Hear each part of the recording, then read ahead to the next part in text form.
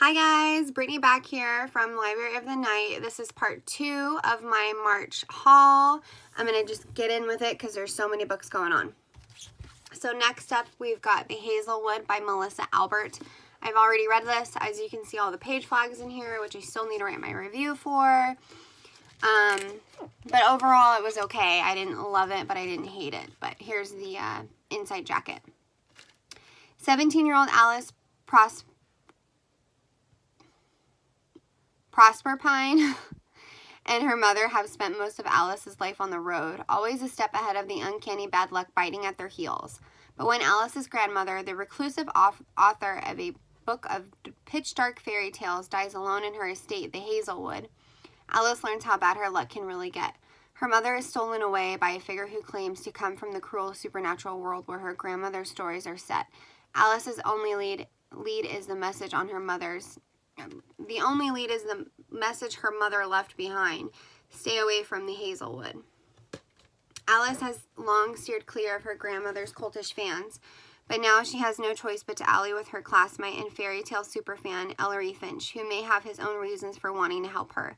To find her mother, Alice must venture first to the Hazelwood and then into the world where her grandmother's tale began and where she might discover why her own story went so wrong. I really like the cover and the inside jacket of this. It's absolutely beautiful. If you want to know more about my thoughts about this, you can see my review that I will be posting on Goodreads hopefully today or tomorrow, which is probably in the future because this hasn't gone up yet. But, yeah, this was pretty good. I mean, it was alright. Next up, we've got The Forbidden Orchid. This is by Sharon Biggs Waller. And, oh, that's kind of weird. Okay. This is what it says. Staid, responsible Eloyd Buchanan is the eldest of her 10 sisters in a small English town in 1861. The girls barely know their father, a plant hunter usually off adventuring through China. Then disaster strikes. Mr. Buchanan ranges on his contract to collect an extremely rare and valuable orchid. He will be thrown into debtor's prison while his daughters are sent to the orphanage and the workhouse. Elodie can't stand by and see her family destroyed, so she pursues her father to return to China once more to try to hunt down the flower. Only this time, despite everything she knows about her place in society, Elodie, I don't know if I'm saying that right, goes with him. She has never before left her village, but what starts as fear turns to wonder as she adapts to seafaring life aboard the tea clipper, the Osprey, and later to the new sights, dangers, and romance of China. But now, even if she can find the orchid, how can she ever go back to being the staid, responsible Elodie that everybody needs? That sounds really cool. It's really pretty. Hopefully it's good. Next up, we've got Paper Hearts, and this is by Meg Wiviet. This is another World War II book, and here we go. Making a birthday card in Auschwitz was all of those things, but that is what I'm probably saying this wrong and I am so sorry, Zlatka did in secret for her best friend Fania. Every girl at the work table signed a paper heart with their hopes and wishes for happiness, for love, and most of all for freedom. Fania knew what heart meant for all of them, and she kept it hidden. Through the bitter days in the camp and through the death marches, she kept it always. This novel is based on the true story of Fania and Zlatia, the story of the bond that helped them both to hope for the best in the face of the worst. Oh, my heart. Next up, we have got A Little Bit of Dreams. I got this at Barnes & Noble for like $4. They had a whole bunch of like tarot cards, Wiccan stuff, a whole bunch of stuff that I need to go back and buy. Excuse me, because they're super cute and I really, really want all of them. But this is a quick and easy dream analysis method. Dreams are important links to our lives and can help us develop deeper self-understanding. Drawing on her extensive background in psychology and experience as a dream expert, Stacey Michaels leads you through the 5 steps of her simple approach to dream analysis. She also includes information on nightmares, the significance of people in dreams, and mystical experiences remembered as dreams. It's really short. Oh, it's blue inside too. But it's really cute. I really am interested in like the science or psychology behind dreams. I always have really weird dreams, so it's kind of cool to, I Google it, but I feel like it's never like completely accurate what I'm Googling because it comes up as something way different than how I Googled it. But maybe this will help me a little bit. I don't know. We'll see. Next up, we've got Tiffany's Table Manners for Teenagers. This is the 50th anniversary edition. I believe this is just kind of like a etiquette book. Here's the perfect little book for anyone, teenager or otherwise, who has ever wanted to master the art of good table manners. Written by Walter Hoving, former chairman of Tiffany's of New York, it is a step-by-step introduction to all the basics. From the moment the meal begins, it is customary for the young man to help the young lady on his right to be seated. To the time it ends, remember that a dinner party is not a funeral, nor has your hostess invited you because she thinks you are in dire need of food. You're there to be entertaining. In addition to the essentials about silverware, service, and sociability, it includes many of the fine points too. The correct way to hold a fish fork, how to eat an artichoke properly, and best of all, how to be a gracious dining companion. Witty and illustrated with humor and style by Joe Ela, this classic guide to good table manners has delighted readers of all ages for more than 50 years. I honestly just bought this because it's Tiffany related, and I absolutely love Tiffany's and breakfast at Tiffany's and all of that stuff, so it's probably just going to be a coffee table book for me, but I might read it because it's pretty short and it's supposed to be funny, so I'll try and see if it's any good. Next up, I have got A Tale as Old as Time by Liz Braswell. I've yet to read any of these books in like her reimagined series or whatever, but I definitely want to read them. This one is What If Belle's Mother Cursed the Beast? Belle is a lot of things, smart, resourceful, restless. She longs to escape her poor provincial town for good. She wants to explore the world despite her father's reluctance to leave their little college in case Belle's mother returns, a mother she barely remembers. Belle also happens to be the captive of a terrifying, angry beast, and that is her primary concern.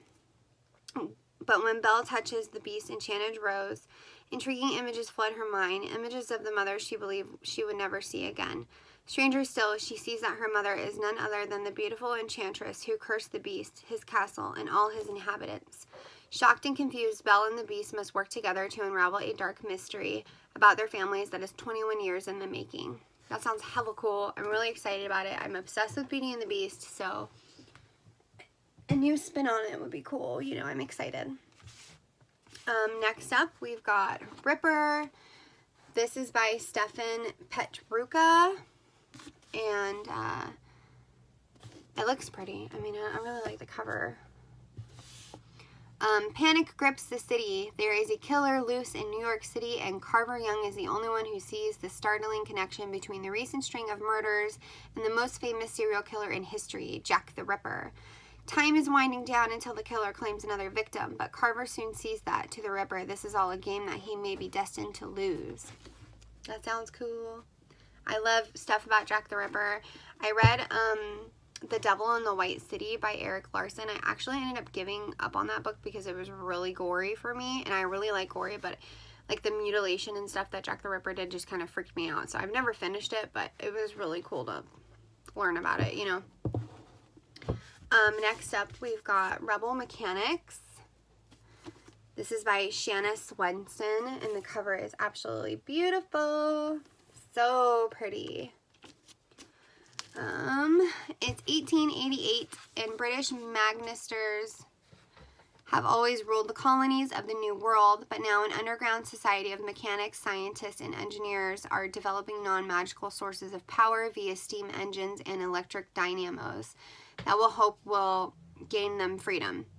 When 17-year-old Verity Newton arrives in New York and lands a job as a governess for a leading Magnister family, I'm so not saying that right, she quickly learns that they have some big secrets. Why does it seem like the children's young uncle is sympathetic to the rebel cause? And why does he come home battered and bloody so often? As Verity falls for a charming rebel inventor and agrees to become a spy, she also becomes more and more enmeshed in the Magnisters' family life. She soon realizes she's uniquely positioned to advance the cause, but to do so she'll have to reveal her own dangerous secret. That sounds pretty cool. I don't know. I totally am not saying that word right. I don't know what it's supposed to be. Whatever. Next, Vasa in the Night by Sarah Porter. In the enchanted kingdom of Brooklyn, the fashionable people put on cute shoes, go to parties in warehouses, drink on rooftops at sunset, and tell themselves they've arrived. A whole lot of Brooklyn is like that now, but not Vasa's working class neighborhood. In Vasa's neighborhood, where she lives with her stepmother and bickering stepsisters, one might tumble onto magic, but stumbling away again could become an issue. Babs Yag, the owner of the local convenience store, has a policy of beheading shoplifters and sometimes innocent shoppers as well. When Vasa's stepsister sends her out for light bulbs in the middle of the night, she knows it could easily become a suicide mission. But Vasa has a bit of luck hidden in her pocket, a gift from her dead mother. Erg is a tough-talking wooden doll with sticky fingers, a bottomless stomach, and a ferocious cunning. With Erg's help, Vasa just might be able to break the witch's curse and free her Brooklyn neighborhood, but Babs won't be playing fair. Inspired by the Russian folklore, Vasilia in the Beautiful, and her years of experience teaching creative writing to students in New York City public schools, acclaimed author Sarah Porter weaves a dark yet hopeful tale about a young girl's search for home, love, and belonging. That sounds awesome. I've never heard of anything like that. That sounds really freaking cool. And like folklore from a whole bunch of different places is awesome. I love Irish folklore, so that's really cool. I'm excited to read that. Next up, we've got The Grimm's Legacy by Polly Shulman. And this cover is like one of the most beautiful book covers I've ever seen in my entire life. It's so pretty. It kind of like shimmers a little bit too. It's kind of hard to catch it on film, but it's so pretty. What if fairy tale magic really existed? Lonely at her new school, Elizabeth takes a job at New York Circulating Material Repository, hoping to make new friends as well as some cash. The repository is no ordinary library. It lends out objects rather than books, everything from tea sets, and hockey sticks to Marie Antoinette's everyday wig. It's also home to the Grimm Collection, a secret room in the basement. That's where powerful items straight out of the Brothers Grimm fairy tales are locked away. 7-league boots, a table that produces a feast at the blink of an eye, Snow White's stepmother's sinister mirror that talks in riddles and has a will of its own. When the magical objects start to disappear, Elizabeth and her friends embark on a dangerous quest to catch the thief before they're accused of the crime themselves or the thief captures them. Polly Shulman has created a contemporary fantasy with a fascinating setting and premise, starring an ordinary girl whose after-school job is far from ordinary and leads her into a thrilling world of romance and magical adventure. That sounds hella cool. I'm in it. I am so in it. I can't wait to read that. That sounds awesome. I want that job. Could you imagine? Like, oh yeah, there's Harry Potter's wand and, there's Horcrux and whatever else. That's hella cool. I'm pumped for that book. That sounds awesome. I'm going to end this video now and start the next one because there's so many more books to go. So I will be right back with another video. So keep watching.